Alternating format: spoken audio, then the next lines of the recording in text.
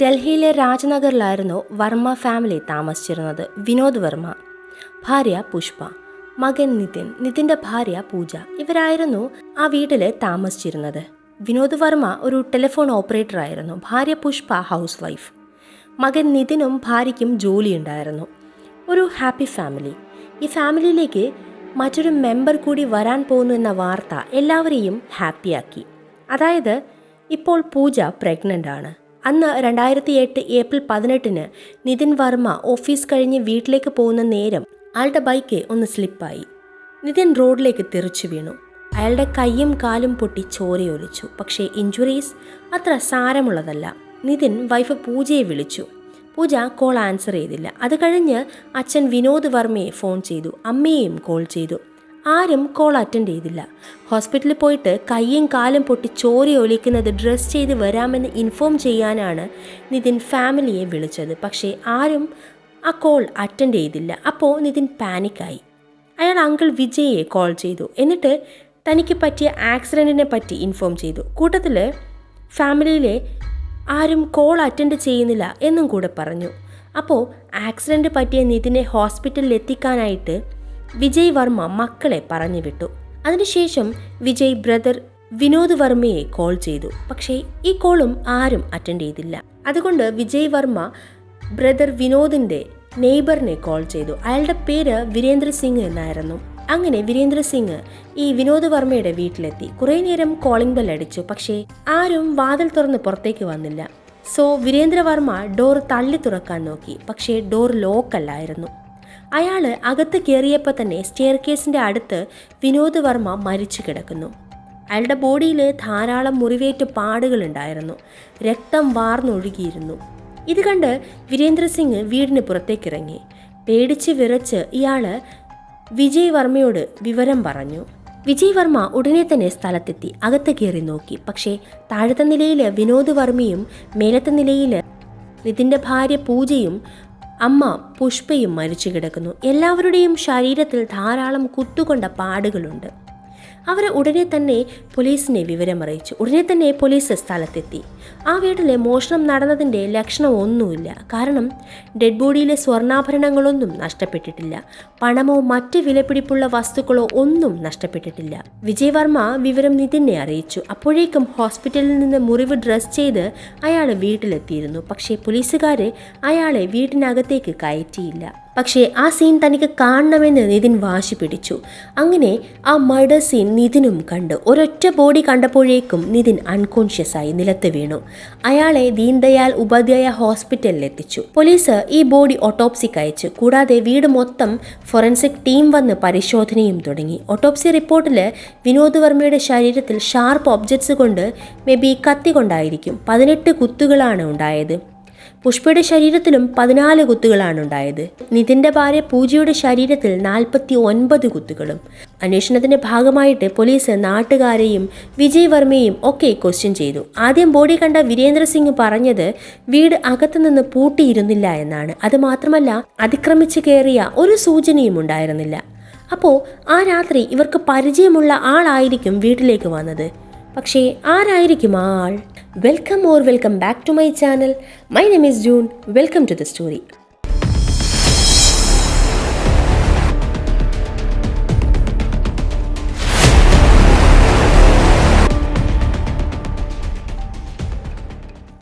വിനോദ് വർമ്മയ്ക്ക് അങ്ങനെ ശത്രുക്കളാരും ഉണ്ടായിരുന്നില്ല. മോഷണവും ആ വീട്ടിൽ നടന്നിട്ടില്ല. അപ്പോൾ എന്തായിരിക്കും റിയൽ മോട്ടീവ്? പോലീസ് എല്ലാവരുടെയും കോൾ റെക്കോർഡ്സ് ചെക്ക് ചെയ്തു. കൂട്ടത്തിൽ നിതിൻ്റെയും. അങ്ങനെ സംശയിക്കാൻ പാകത്തിൽ ഒന്നും ഉണ്ടായിരുന്നില്ല. പക്ഷേ സംഭവ ദിവസം, അതായത് ഏപ്രിൽ 18, 2008 നിതിൻ 21 തവണ നിതിൻ്റെ അയൽക്കാരിൽ ഒരാളെ കോൾ ചെയ്തിരുന്നു. അത് പോലീസിന് അൺയൂഷ്വലായിട്ട് തോന്നി. പോലീസ് ഈ കോൾ അറ്റൻഡ് ചെയ്ത അയൽക്കാരിയെ ക്വസ്റ്റ്യൻ ചെയ്തു.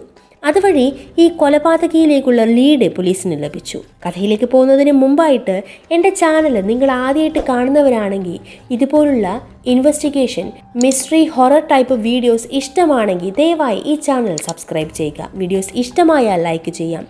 നിങ്ങൾ തരുന്ന ഓരോ ലൈക്കുമാണ് എനിക്ക് വീഡിയോ ചെയ്യാനുള്ള പ്രചോദനം. അടുത്ത ദിവസം, അതായത് ഏപ്രിൽ 19 തന്നെ നിതിൻ ഹോസ്പിറ്റലിൽ നിന്ന് ഡിസ്ചാർജ് ആയി. അന്വേഷണത്തിന്റെ ഭാഗമായിട്ട് പോലീസ് നിതിനെയും ക്വസ്റ്റ്യൻ ചെയ്തു. നിതിൻ പറഞ്ഞത് ഇങ്ങനെയാണ്: അന്ന് 18-ാം തീയതി രാത്രി ഇയാൾക്ക് ആക്സിഡന്റ് പറ്റി.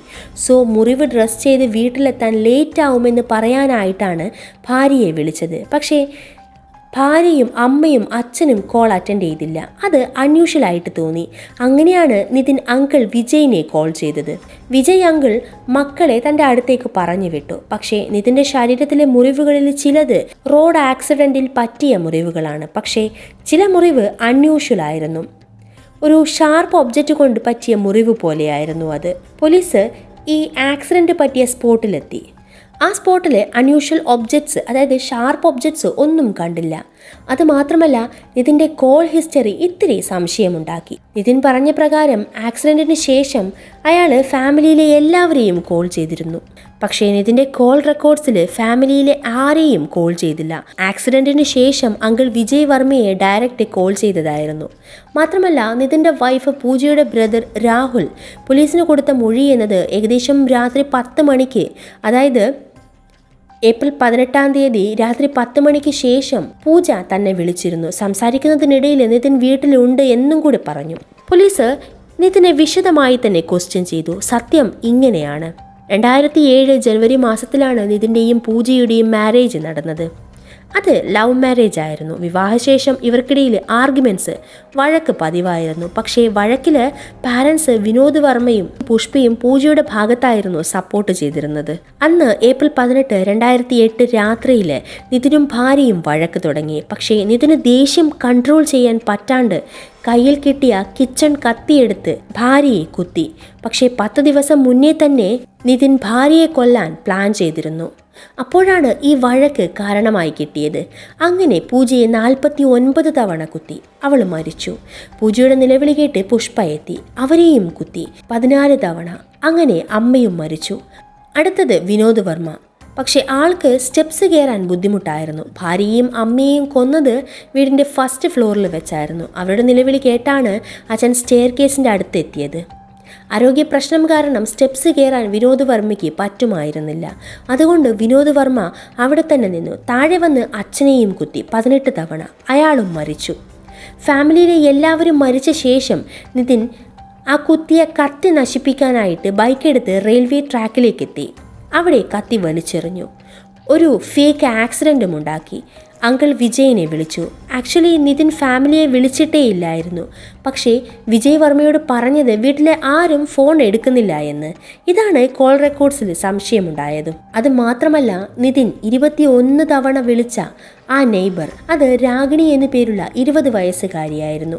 നിതിൻ്റെ നെയ്ബറായിരുന്നു രാഗിണി. അവർ തമ്മിൽ റിലേഷൻഷിപ്പിലായിരുന്നു. അതായത് നിതിൻ്റെ മാരേജിന് മുന്നേ തന്നെ നിതിനും രാഗിണിയും ഇഷ്ടത്തിലായിരുന്നു. പൂജയെ ഇല്ലാണ്ടാക്കി രാഗിണിയെ മാരേജ് ചെയ്യാനായിരുന്നു നിതിൻ്റെ പ്ലാൻ.